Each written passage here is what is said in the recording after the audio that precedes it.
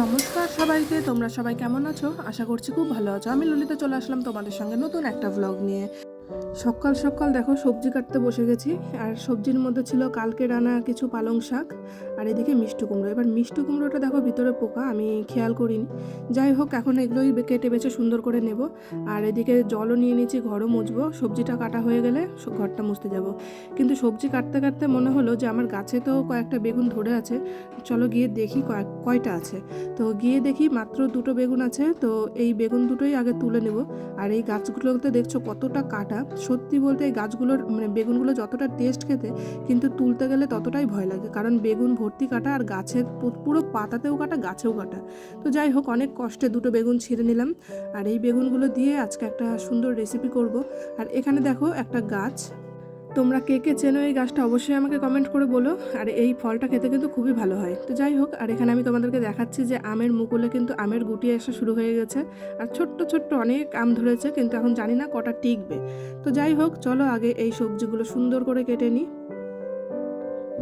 আর আমার সবজি কাটা তো মোটামুটি কমপ্লিট। আর পালং শাকগুলো ভালোভাবে বেছে নিয়েছি, কিন্তু সুন্দর করে ধুতে হবে, কারণ পালং শাকে কিন্তু অনেক মাটি লেগেছিল। আর ভালো করে না ধুলে তরকারিটা একদম কিচকিচ করবে বালিতে, আর আমাদের এইদিকে তো একদম বালি মাটি। তো যাই হোক, সবজি টবজি কাটার পরে এই ঘরটার মোছার হয়ে গেলে আমার হট করে মনে পড়লো যে আমাকে রেশন আনতে যেতে হবে। তো আমি আমার শ্বশুরমশাইকে নিয়ে চলে গেলাম রেশন নিতে। তো প্রথমে আমি একে বলেছিলাম যে চলো আমাকে নিয়ে চলো, কিন্তু ও কোনোভাবেই আমার সঙ্গে যাবে না, বলে যে তুমি একাই যাও, না হলে বাবাকে নিয়ে যাও। তো আর কিছু করার নেই, একে একটা কোনো কাজ বললে পরে তো আমার সঙ্গে কোনো দিনও যাবে না। মানে যাবে না বলতে ভুল কথা, যাবে ঠিকই, কিন্তু আজকে ওর একদম বাইরে যাওয়ার ইচ্ছে ছিল না। আর এদিকে দেখো আমার পুজোটাও হয়ে গেছে, আমি প্রসাদগুলো উঠিয়ে নিয়েছি। আর ওকে আমি একটু ক্যামেরা করছি বলে দেখো কেমন করছে আমার সঙ্গে। তো ও পছন্দ করে না যে ওর দিকে আমি ক্যামেরা ঘোরাই। তো যাই হোক, এখন রান্নার দিকে আবার ফিরে যাই, কারণ মনেই ছিল না যে রেশন আনতে যেতে হবে। আর যেহেতু অনেকটাই বেলা হয়ে গেছে, তো রান্না বান্নাটা আগে করে নিই। আর এখানে কিছুটা তরমুজ কাটা আছে আমার ছেলের জন্য, ও খুব পছন্দ করে। তো কালকে যখন মাছগুলো নিয়ে আসি তখন আমি কিন্তু ডিপ ফ্রিজে রাখিনি, ওগুলো সব ওরকমই ছিল। তো আজকে ভাবলাম আজকে যেহেতু অনেকটাই সময় আছে, এগুলোকে সুন্দর করে গুছিয়ে রাখি। তো কিছু মাছের মাথা আজকে রান্না করব, আর অর্ধেকটা রেখে দেবো অন্য দিনের জন্য। আর এখানে এই কয়েকটা পিস নিয়েছি আজকের জন্য। অতগুলো রান্না করলে ভালোও লাগবে না, বেশি হয়ে যাবে আর কি, নষ্ট হবে। আর এদিকে বসিয়ে দিয়েছি ভাত। এই যে আর মাছটা এনেছিলাম ওখান থেকে 5 পিস মতন আজকে রান্না করে নেব।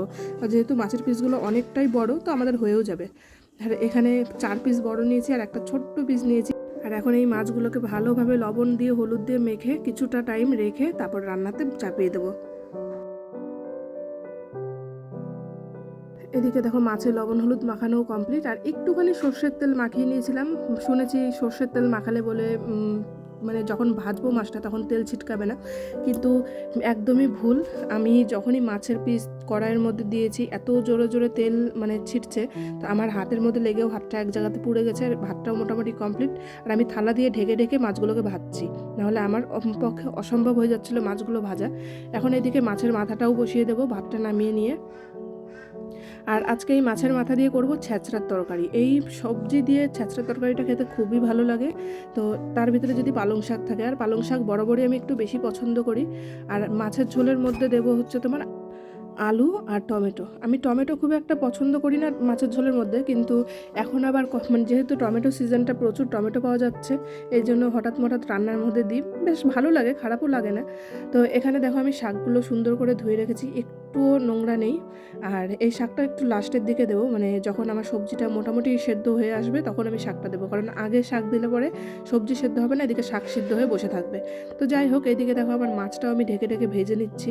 আর সুন্দর করে ভাজবো, খুব বেশি কড়া করব না, কারণ খুব বেশি কড়া করলে মাছের টেস্ট আমার মনে হয় থাকে না। তো যাই হোক, মাছগুলো নামিয়ে এখন আলুগুলো সুন্দর করে ভেজে নেব। আর এদিকে টমেটো 2 ভাগ করে দিয়েছি, কিন্তু পরে আমি ওটাকে খুন্তি দিয়ে সুন্দর করে কেটে কেটে দেবো। যাই হোক, ওটা আর বোঝা যাবে না। আর এদিকে দেখো আমার ছ্যাঁচড়ার যে তরকারিটা, সবজিটা সুন্দর করে ভাজা হয়ে গেছে। এর ভিতরে এখন দেবো পালং শাক। আর পালং শাক দেওয়ার পরে মাছের মাথা দিয়ে হালকা একটু জল দিয়ে ঢেকে রেখে দেবো। আর এই মাছের ঝোলের মধ্যে যে মশলাটা, সেটার ভিতরে দেবো এখন আদা আর একটুখানি কাঁচা লঙ্কা, একটুখানি না, পরিমাণ মতন কাঁচা লঙ্কা। তো যখন মশলাটা আমার বেশ সুন্দর করে কষানো হয়ে যাবে কিংবা তেল ছেড়ে আসবে, তখনই দিয়ে দেবো একটু লবণ হলুদ আর পরিমাণ মতন জল দিয়ে রান্নাটা করে নেব। তো তোমাদের ভিডিওটা কেমন লাগলো অবশ্যই কিন্তু আমাকে কমেন্ট করে জানাতে ভুলবে না।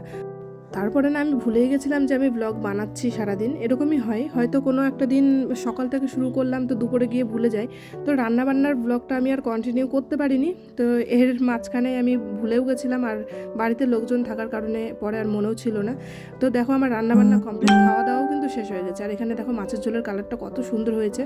তো যাই হোক, আমার ভিডিওটা আজকে আমি এখানেই শেষ করছি। তোমাদের কেমন লাগলো ভিডিওটা অবশ্যই একটা কমেন্ট করে বলো, আর ভালো লাগলে একটা লাইক করে দিও, একটা সাবস্ক্রাইব করতে ভুলো না।